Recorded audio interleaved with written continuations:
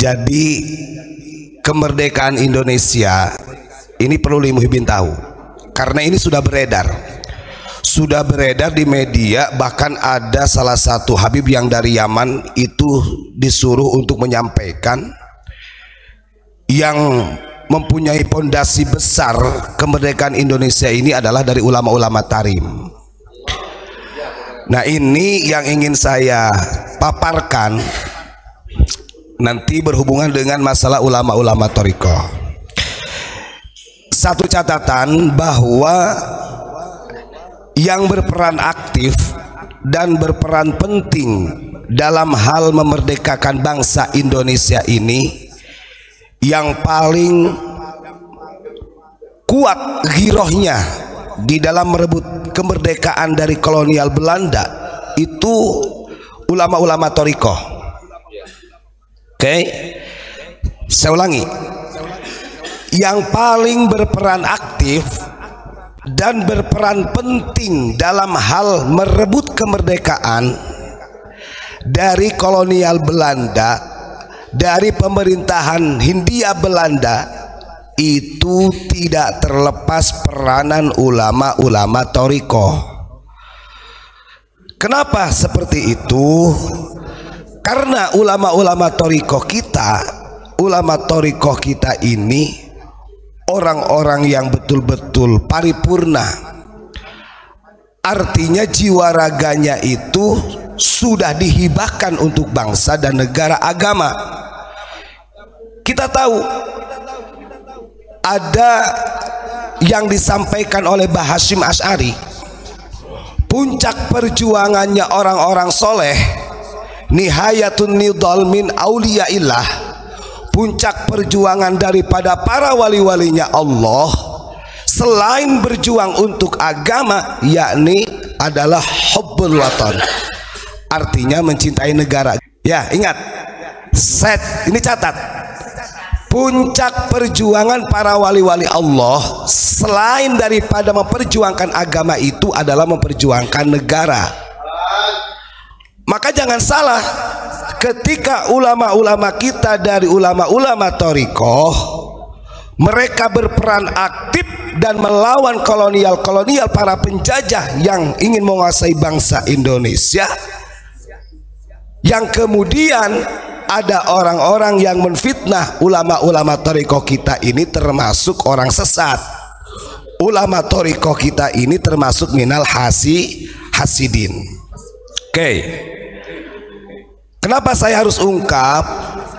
Karena kalau orang tidak paham, kalau orang Indonesia, orang awam ini tidak memahami sejarah ini, nanti mereka yakin bahwa yang memerdekakan bangsa Indonesia ini adalah para habaib. Itu yang harus kita counter.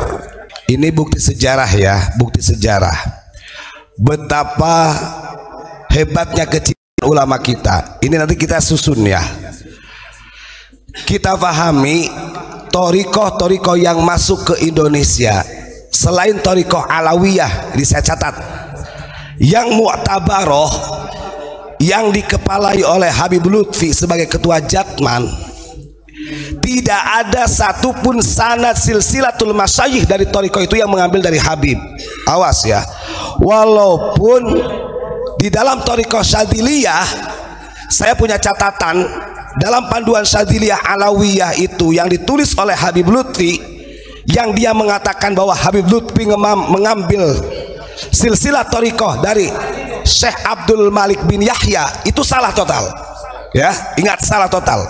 Jadi bukan Habib.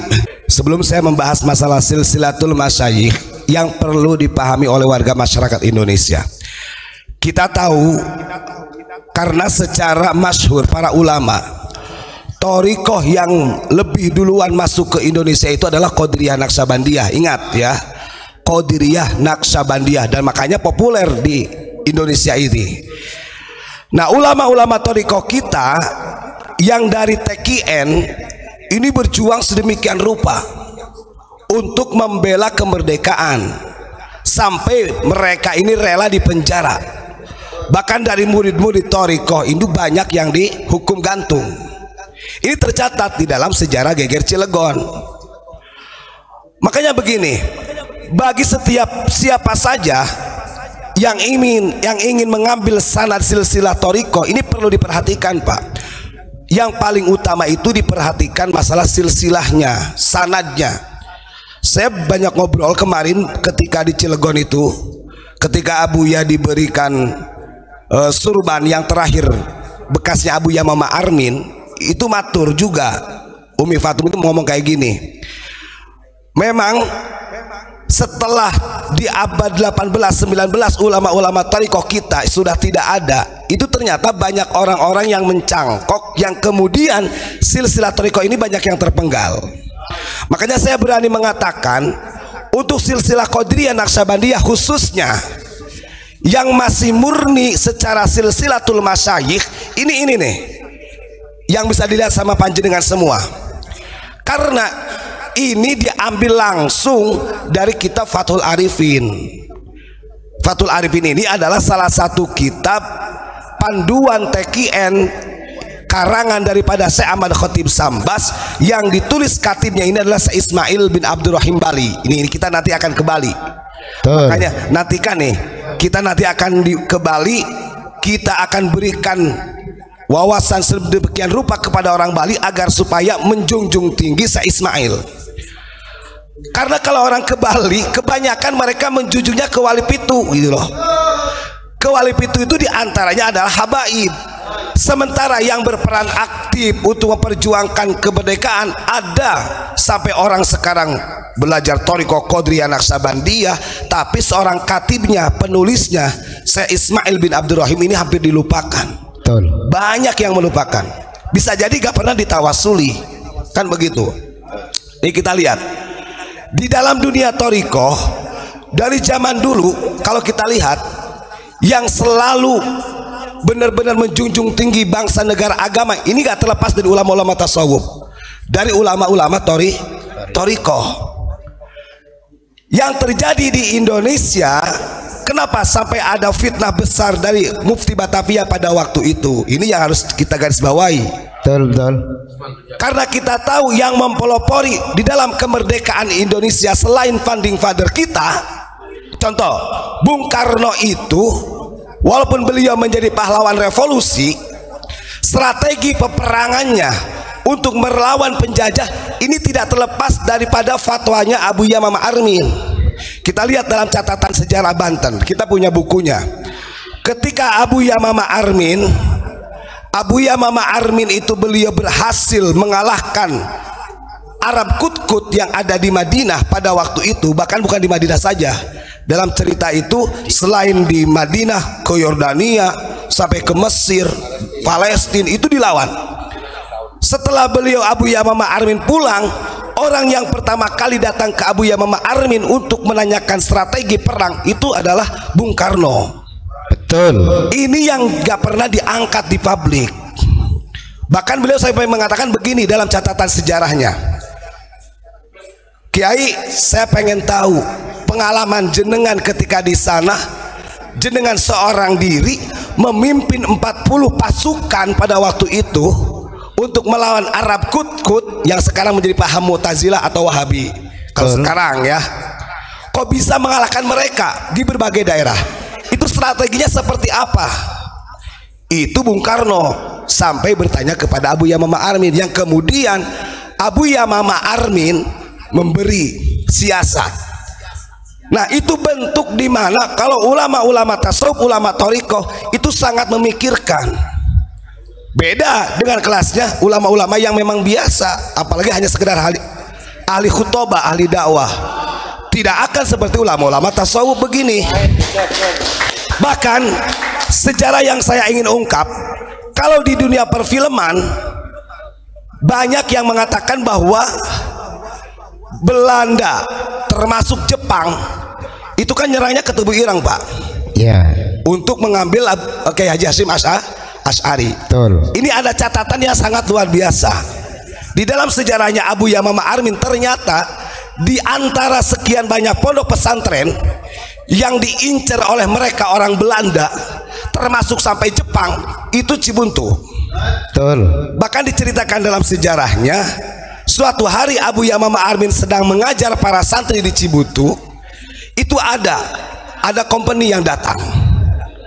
Nah, tujuannya ingin menangkap Abu Yamamah Armin. Betul. Tapi apa yang terjadi di situ, ada karomah yang sangat luar biasa dan disaksikan oleh para santri-santrinya pada waktu itu. Abu Yamamah Armin matur kepada santrinya, kalian jangan ada yang beranjak pergi dari tempat majlis ini. Cukup diam, saya akan mengambil wudhu. Akhirnya ketika Abu Yamamah Armin itu wudhu, bajunya itu digantungin, Pak. Lepas baju digantungin di tempat air kamar mandi. Padahal pada waktu itu pondoknya Abu Yamamah Armin sudah dikepung, Pak. Bayangkan, sudah dikepung. Dan satupun dari mereka para penjajah tersebut tidak ada yang melihat di situ ada Abu Yamamah Armin, di situ ada pondok pesantren, nggak ada. Pengakuan daripada mereka itu yang terlihat adalah lautan. Makanya ada istilah Cibuntu, itu sejarah itu juga, Pak. Artinya buntu saja, tidak ada rumah, tidak ada apa-apa. Sehingga yang awalnya ingin menggempur Cibuntu menangkap Abu Yamamah Armin, akhirnya menggugurkan niatnya, kembali mereka. Kembali dengan tangan kosong. Kan dikatakan kosong. Nah, yang saya herankan yang tercatat di dalam sejarah yang pernah ditashih oleh Gus Dur, satu-satunya sejarah yang mengungkap tentang peranan Abu Yamamah Armin yang beredar di publik itu tentang buku Kitab Kuning yang ditashih oleh Gus Dur. Maka jangan salah, Abu Yamamah Armin ini baru beberapa tahun ini orang mengetahui. Padahal dari sekian banyak muridnya Syekh Nawawi yang mendapatkan tugas untuk melawan mereka orang-orang Wahabi bangsa Arab Kut-Kut, itu Abu Yamamah Armin toh. Betul. Walaupun beliau tidak dimasukkan kepada muassis NU. Karena sistem ulama kita dulu membagi tugas. Contoh seperti Syekh Abdul Karim nih, di zaman Geger Cilegon, Syekh Abdul Karim Banten ini melihat bangsa Indonesia ketika dipimpin oleh pemerintah kolonial Belanda, yang pada waktu itu muftinya adalah Utsman bin Yahya. Akhirnya beliau Syekh Abdul Karim pulang ke Indonesia. Syekh Abdul Karim mengumpulkan santri-santrinya dan masyarakat untuk melakukan perlawanan kepada kolonial Belanda. Lalu apa yang terjadi? Dengan secara sembunyi-sembunyi Habib Utsman bin Yahya ini mengirim surat kepada pemerintah Belanda dan memberikan pemberitahuan bahwa orang-orang thariqah yang ada di Nusantara ini adalah fahiya laisat bisawab, sesat semua. Artinya secara tidak langsung supaya pemerintah Belanda tidak segan-segan untuk melawan pribumi. Terjadi 204 orang yang ditangkap pada waktu itu, bahkan sampai 11 orang yang dihukum gantung. Kita kemarin sudah menyampaikan di Cilegon. Nih, yang terakhir yang ingin saya sampaikan ini mengenai tentang silsilah. Jadi nanti kalau ada yang mengambil thariqah Qadiriyah, kemudian kalau ke atasnya sampai ada perubahan, bisa cross check ke kita. Oke. Karena saya bisa menyatakan untuk silsilah TQN yang masih murni, belum diutik-utik sampai ke bawahnya, itu dari jalur Mama Armin, Pak. Artinya kita tidak menafikannya, tetap ada, cuman di situ suka ada perubahan. Ini masih murni. Ya alhamdulillah, untungnya tidak diambil dari orang Pakalongan. Karena pada waktu itu sempat ada yang mau mengambil. Ngapunten, ini langsung cerita langsung dari keluarga Abu Yamamah Armin. Oke, untuk para pemirsa yang ingin tahu thariqah Qadiriyah Naqsabandiyah, ingat. Ya kalau sekarang kayaknya kesulitan, Pak. Kalau sekarang karena kita belum tahu. Udah banyak perubahan. Yang masih murni memang di sini. Thariqah Qadiriyah Naqsabandiyah ini adalah dua thariqah yang berbeda. Ingat ya, Qadiriyah ini thariqah sendiri, Naqsabandiyah thariqah sendiri. Ini walaupun diulang-ulang karena Abah nyuruh menyampaikan ya. Ingat ya, di dalam thariqah ini pada intinya adalah bagaimana cara kita berzikir yang benar. Ya, cara zikir yang benar. Kalau Qadiriyah ini zikirnya nafi isbat, ini kalau dijalurkan langsung dari Kanjeng Nabi, ini langsung Kanjeng Nabi yang mengajarkan kepada Sayyidina Ali. Nah kalau Naksabandiyahnya ini Rasulullah kepada Abu Bakar As-Siddiq. Waktu zaman itu belum ada istilah thariqah. Nah terus ketika sampai kepada murid-muridnya yang dzikir la ilaha illallah ini sampai kepada Tuan Syekh Abdul Qadir Jailani, maka dirumuskan menjadi Qadiriyah karena dinisbatkan kepada Tuan Syekh Abdul Qadir Jailani. Kemudian dzikir ismuzat yang Allah di dalam hati sampailah kepada Syekh Bahauddin, maka disebut dengan Naksabandiyah. Nah, dari Syekh Bahauddin sama Tuan Syekh Abdul Qadir Jailani ini punya murid terus, yang akhirnya sampai kepada ulama Nusantara yang bernama Syekh Ahmad Khatib Sambas Pontianak. Akhirnya dua thariqah ini digabungkan jadi satu, jadi TQN. Itu ya. Nah setelah dijadikan TQN, dari sekian banyak santrinya Syekh Ahmad Khatib Sambas, beliau mengangkat 3 murid yang menjadi khalifah. Satu Syekh Abdul Karim Banten, yang kedua Syekh Tolha Cirebon, yang ketiga Syekh Ahmad Hasbullah Madura. Walaupun nasinya mereka tertindas di Nusantara, mau disesat-sesatkan kok, bahkan sampai di penjara. Syekh Tolha di penjara juga kan. Betul. Alasannya Syekh Tolha di penjara karena menghina Ratu Belanda alasannya. Padahal kalau kita lihat, satu pun ulama kita ini ingin mengambil hak untuk merebut kemerdekaan. Kita sudah sampaikan, Batavia itu nggak ada. Sebelum jadi Batavia ini Sunda Kelapa di bawah pimpinan Sultan Hasanuddin Banten. Betul. Kan begitu, maksudnya Kesultanan Banten pada waktu itu. Nah orang-orang ini ahli thariqah, ulama masyayikh thariqah ini ingin merebut hak, tapi justru perlakuan dari pemerintah Belanda dengan desas-desus doktrinnya dari Mufti Batavia, ya jadi tumbal semua, di penjara. Bahkan termasuk yang kemarin ada yang komen siapa? Kiai Palak, Mama Falak. Itu dari jalur Abdul Karim banyak ini ulama-ulama kita ini yang sampai di penjara. Itu gara-gara siapa? Kalau mau buka-bukaan silakan. Coba kalau bukan dari kalian Mbak Alawi, dari kalian Mbak Alawi. Ya Utsman bin Yahya. Nah betul. Terus dari Syekh Abdul Karim ini jalurnya nanti yang sampai kepada Abu Yamamah Gufron, ya. Jadi Syekh Abdul Karim punya murid dari sekian banyak yang ada, Syekh Ahmad Asnawi Caringin Banten Labuan. Alhamdulillah dari duriannya sudah komunikasi dengan kita, sudah silaturahim. Dari Syekh Ahmad Asnawi Banten kemudian kepada Abu Yamamah Armin yang bernama Syekh Muhammad Hasan Armin Al-Bantani. Dari Syekh Muhammad Hasan Armin Al-Bantani di sini ada 6 murid yang diangkat sebagai penerus ekstafet. Di antaranya adalah Abu Yamamah Gufron, termasuk Mama Oha yang ada di Bandung, ya. Kalau pengen lebih tahu lengkapnya ya kesini aja sudah. Terus dari jalur khalifah yang kedua yang diangkat oleh Syekh Ahmad Khatib Sambas adalah Syekh Tolha Cirebon. Syekh Tolha Cirebon ini cikal bakalnya Suryalaya. Makanya kalau sekarang Suryalaya, aduh masya Allah, kalau kita lihat dari sejarah ini harusnya malu nih, gitu kan. Syekh Tolha Cirebon kemudian punya murid yang nama Syekh Abdul Mubarak Suryalaya atau Abah Sepuh, ayahnya Abah Anom. Nah dari Abah Sepuh Syekh Abdul Mubarak ini kemudian kepada putranya Syekh Ahmad Sohibul Wafa Tajul Arifin Abah Anom. Ingat nih, catat sejarah nih, di salah satu putranya Abah Anom ada yang namanya Kiai Haji Kankan atau Dzulkarnain. Beberapa bulan yang lalu di tahun 2023 kita diajak oleh Abu Yamamah Gufron ke Suryalaya. Apa yang terjadi? Ternyata Kiai Kankan, Kiai Dzulkarnain ini beliau adalah putra dan termasuk membawa warisan ilmu dari Abah Anom. Cuman 10 tahun beliau sakit, lumpuh Pak, gak bisa jalan. Beliau ingin ketemu sama Abah Gufron, itu satu tok, pengen didoakan sampai ke rumahnya itu. Akhirnya setelah didoakan 1 bulan kemudian, innalillahi wa inna ilaihi rajiun. Artinya kalau ada orang mengatakan, wah Unik ini bukan orang thariqah, nggak kenal dengan Suryalaya, itu salah. Wong kita sudah ke sana, bahkan keluarga putranya Abah Anom sendiri itu minta didoakan oleh Abah Gufron. Gitu ya, itu cerita. Yang ketiga, khalifah yang diangkat oleh Syekh Ahmad Khatib Sambas itu adalah Syekh Ahmad Hasbullah Madura. Nah ini yang masih dipendam sampai dini hari. Di Sampang, aslinya ya, Sampang. Harusnya ada duriyah yang bisa ditemukan harusnya.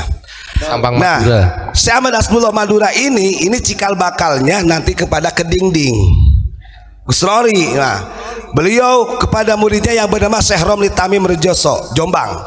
Kemudian kepada Syekh Musta'in Romli Rejoso. Nah, ini di sini yang kita baca dalam sejarah ketika dipegang oleh putranya Kiai Romli, Kiai Musta'in, ini kan memang agak terjadi perpecahan sehingga ada yang mengambil dari Kiai Adnan Ali dan lain sebagainya. Ada juga yang ke Kiai Usman Al-Ishaqi sampai kepada Gusrori. Nah, intinya ketika ada mursyid thariqah khususnya TKN, pahami dulu silsilatul masyayikhnya. Kalau lepas dari 3 khalifah yang diangkat, saya katakan itu batal. Karena tidak menutup kemungkinan, Pak. Apalagi kalau silsilah thariqah ini sudah dipegang oleh orang yang tangannya salah, ini bisa dirubah. Bisa jadi dari sahabat Khatib Samas nanti ada lagi satu siapa. Padahal yang tercatat dalam kitab Fathul Arifin cuma 3. Ini artinya sudah absolut lah, tidak bisa diganggu gugat. Ini murni. Nah, berbeda dengan adanya thariqah Sadiliyah yang masuk ke Indonesia. Ini yang harus kita cross check. Kalau thariqah yang masuk ke Indonesia melalui Syekh Abdul Malik Purwokerto itu betul. Karena kalau saya nyatakan ya, Habib Lutfi mengambil thariqah Sadiliyah, tidak ada satupun gurunya dari Habib, gak ada. Harusnya, walaupun di dalam silsilah panduannya Syekh Abdul Malik ini dibinyahiakan, termasuk kepada gurunya Syekh Abdul Malik ini adalah Habib. Nah, seharusnya di sini ada kejujuran, ngapunten, kejujuran kemurnian pada silsilah. Kalau silsilah ini aja sudah disalahkan, bagaimana nasib bangsa? Artinya zikirnya kita juga belum tentu sampai kepada Allah. Nah, ini yang perlu dipahami. Di dalam panduan yang sudah kita baca dalam silsilah Syadiliyah, ini perubahannya sangat banyak.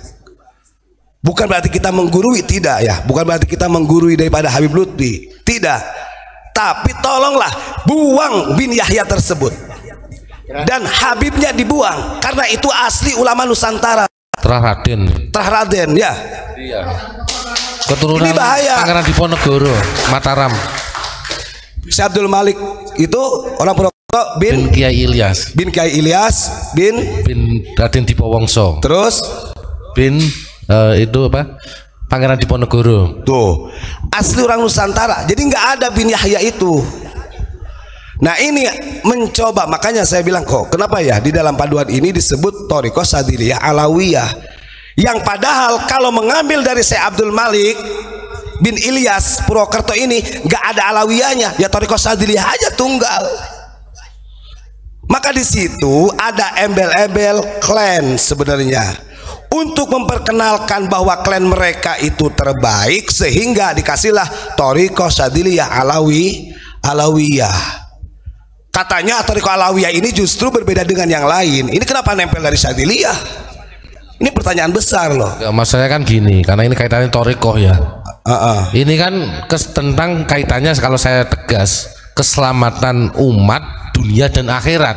Betul. Nasibnya umat nanti di akhirat bagaimana? Di dunia aja seperti ini, apalagi di akhirat. Itu yang harus kita luruskan pada saat ini. Betul. Kan gitu ya? Ya. Jadi para pemirsa, andai kata yang sudah mengambil sanad thariqah kepada Habib Lutfi, monggo gak apa-apa. Tapi untuk silsilah tawasul masyayihnya saya nyatakan Syekh Abdul Malik bin Ilyas ini orang Purwokerto, bukan bin Yahya, bukan Habib. Kemudian dari gurunya Syekh Abdul Malik ini adalah Syekh Ahmad Nahrawi Muhtaram, dia orang Purbalingga yang terkenalnya Banyumas. Karena kenapa saya bisa menyampaikan, kita sudah ketemu sama Abah ketika di Purbalingga, langsung sama keluarganya, dinyatakan itu salah ya. Ini perlu disampaikan kepada umat seluas mungkin. Ya tinggal nanti kembali lagi setelah banyak orang yang mengetahui bahwa itu bukan Habib yang dibinyahiakan, berani gak merubah di panduannya? Kalau sampai dibiarkan, wah berarti ini memang ada kesengajaan. Andai kata khilaf gak apa-apa, tinggal diganti wong tulisan kok, buang tuh, kasih Kiai Haji atau Asyekh As-Sayyid gak apa-apa, tapi Habibnya dibuang, bin Yahyanya dibuang. Kita harus tegas kita. Betul ya. Hey, Itu ajalah yang saya sampaikan, mohon maaf karena ini sama Abbas dulu menyampaikan tentang thariqah. Yang jelas yang berperan penting untuk kemerdekaan itu bukan ulama tarim, justru ulama-ulama thariqah. Walaupun dikhianati oleh Mufti Batavia, dikatakan fahiya laisat bisawab, orang sesat, dikatakan minal hasidin, nggak apa-apa. Tapi nyatanya tumbang juga tuh Mufti Batavia. Nyatanya kemudian Batavia yang dipimpin oleh pemerintah Belanda di tahun 19 berapa ya lupa lagi, itu menyerahkan diri karena takut.